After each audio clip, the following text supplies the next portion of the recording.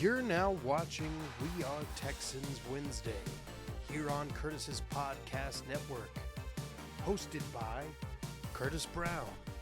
Hello, everybody, and welcome to We Are Texans Wednesday, number 12 here on the Curtis Podcast Network. I am the host of this show and the channel, Curtis Brown, and I'm a huge Texans fan, if you can't tell by the jerseys behind me.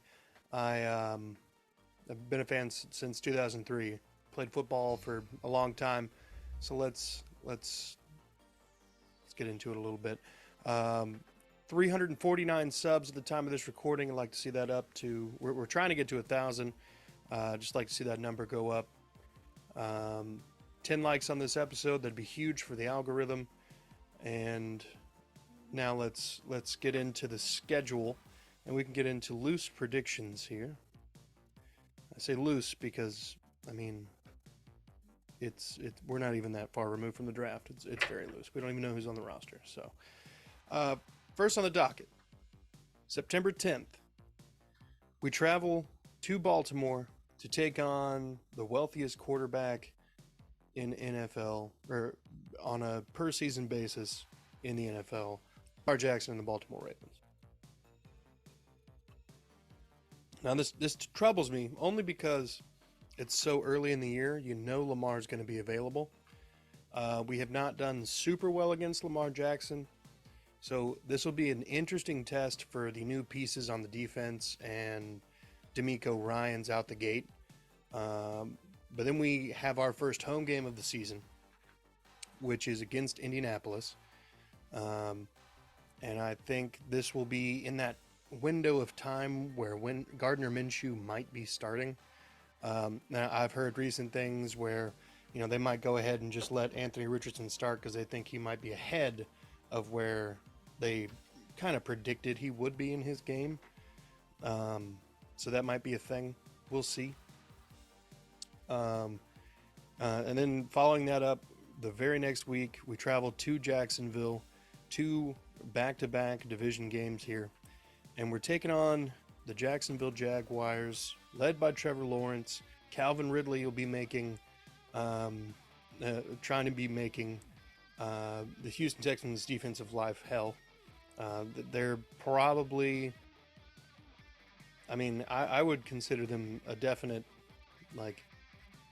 if you had to put 2 teams in the top, the Jaguars are the first one you say, and then it's kind of, personal preference after that, I guess, but at least in the division. So that's going to be a tough game. And then we come home against Pittsburgh, who was on a hot streak last year. Mike Tomlin's one hell of a head coach, and I really think that we might be struggling against that Pittsburgh defense. And then we go to Atlanta to play the Atlanta Titans.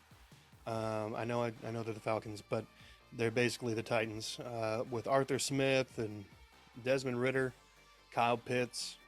They've got some dudes. I think there's still a couple pieces away. Bijan Robinson, of course, was a phenomenal draft pick, but maybe a little early. I don't know. Then we go back-to-back NFC South, playing the Saints at home. Derek Carr coming back to play his older brother's old team, and we'll see how the Saints defense shakes out there. But they've still got Cameron Jordan and Marshawn Lattimore and Demario Davis. A pretty stacked roster defensively when it comes to veterans. Then our bye week, October 22nd. I don't like these first half of the season bye weeks.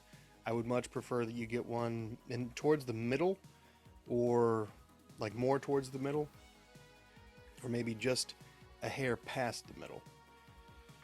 Then we travel to Carolina to make it a 3-game stint against the NFC South, and we'll be playing the number 1 overall draft pick Bryce Young, who a lot of people wanted the Texans to have, versus the number 2 overall pick and number 3 overall pick in C.J. Stroud and Will Anderson Jr. respectively.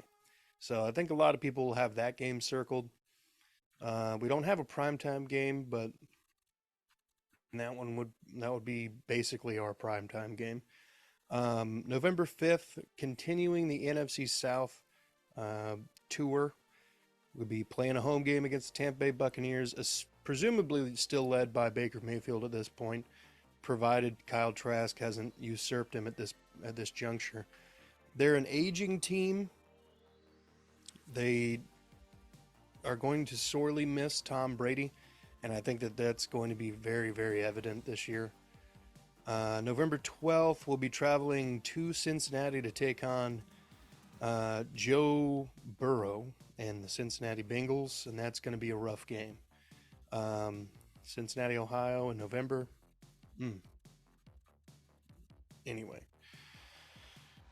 Um, then we have a home game against Arizona. If DeAndre Hopkins is still there, then we'll get to see him. But if not, we'll watch that little toddler with the iPhone get to run around for a little bit. Then we come back, or then we stay home against the Jacksonville Jaguars for our November 26th matchup, the second of that series. For whatever reason, there's a couple different teams in the South that the Texans have a better road record versus than home games. That would be the Titans and the Jaguars. So I imagine that they'll probably lose the home game and win the away game. I don't know. I'm not a doctor. We'll see. CJ Stroud might be a big question mark. A lot of people think he's a certain type of way already, and it's just too soon to call it that way. December 3rd, we're staying in Houston yet again, but Russell Wilson and the Broncos come to town, and they're going to be looking to put some distance between themselves and last season. And last season, they squeaked out a win against the lowly Texans. December 10th, playing the Jets in New York, which is going to be cold. Aaron Rodgers as a Jet. Man, this team's loaded. Loaded with weapons on offense. Their offensive line is not terrible. Their defense is, coming together. Sauce Gardner, Quinnen Williams, Shaq Lawson.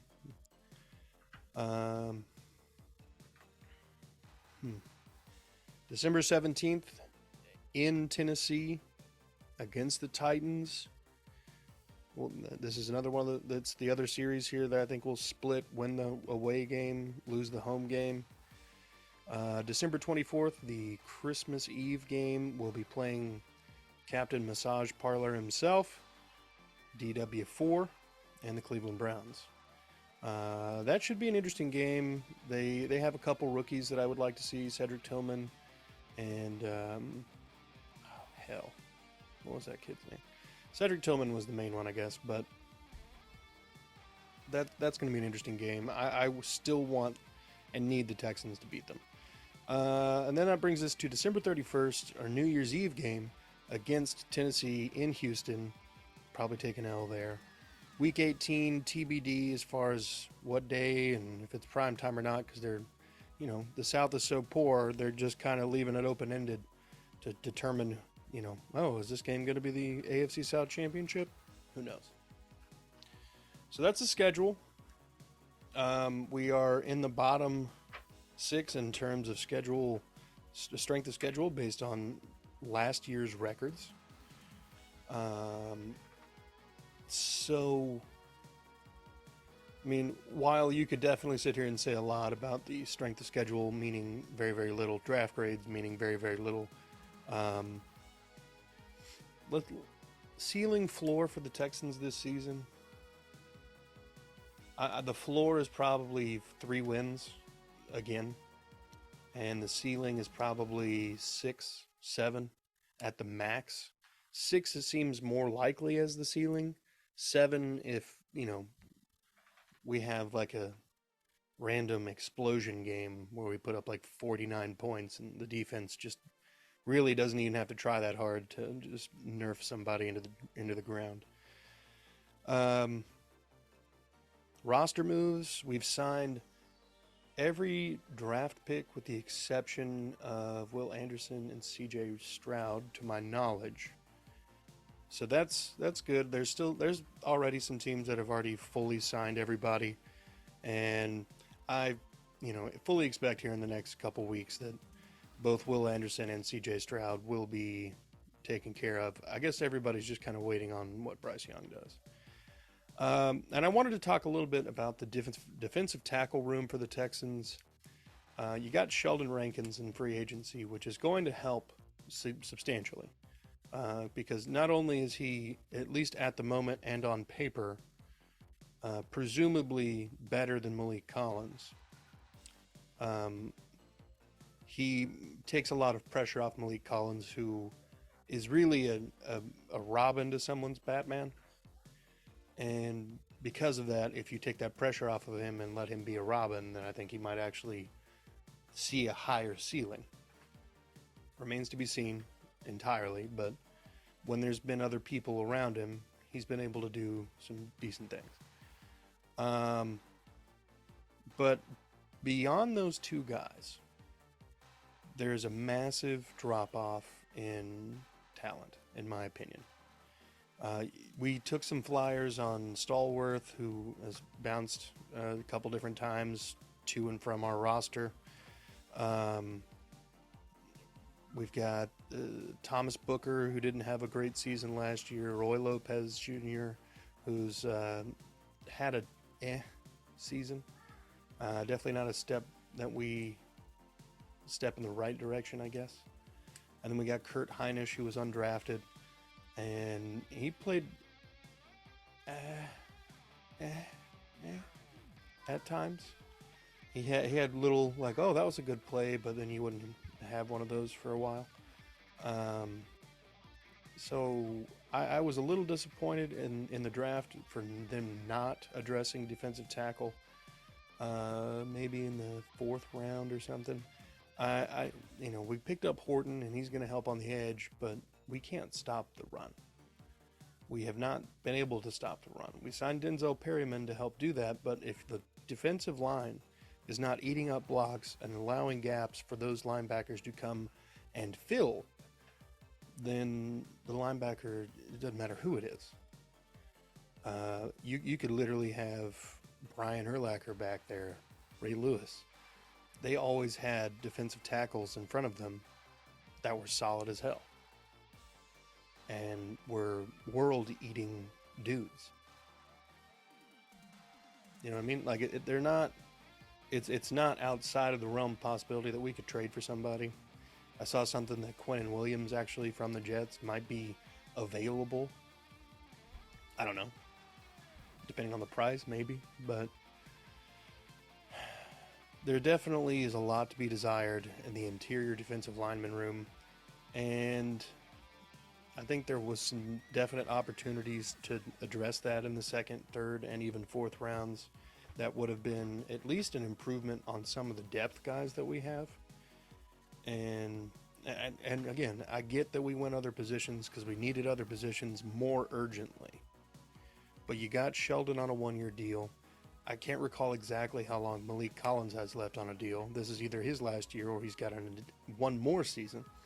So it's not like these guys on the roster right now are, long-term answers. Roy Lopez is going to be 26. Thomas Booker's about to be 23 or 24, and he'll have a year or two left on his deal. And Kurt Heinisch is an undrafted free agent, so I'm sure that is, a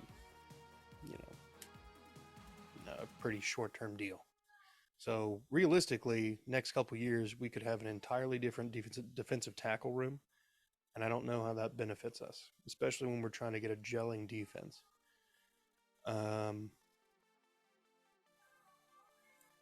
But if Rankins and Collins are able to stay healthy, then we could see the development of Christian Harris skyrocket. We could see Denzel Perryman just clobbering dudes in the backfield. And we could see basically whoever else we want to trot out at the opposite linebacker of Harris, which what Littleton or Garrett Wallow, whomever. That's the best opportunity you're going to give them to develop is if you put good dudes in front of them, so that the blockers have to spend more attention on the initial threat rather than the linebacker. That's when you know you built your team right. But that's all I've got for today's episode. Want to hit again? We're trying to hit 1,000 subscribers on this channel. We're at 349 at the time of this recording. I'd like to get 10 likes on this episode so I can get in front of more Texans fans, presumably like yourself. And yeah, I mean, it just helps us generally grow. And if it's more Texans fans with this show, I'm cool with that. With that, folks, be good people.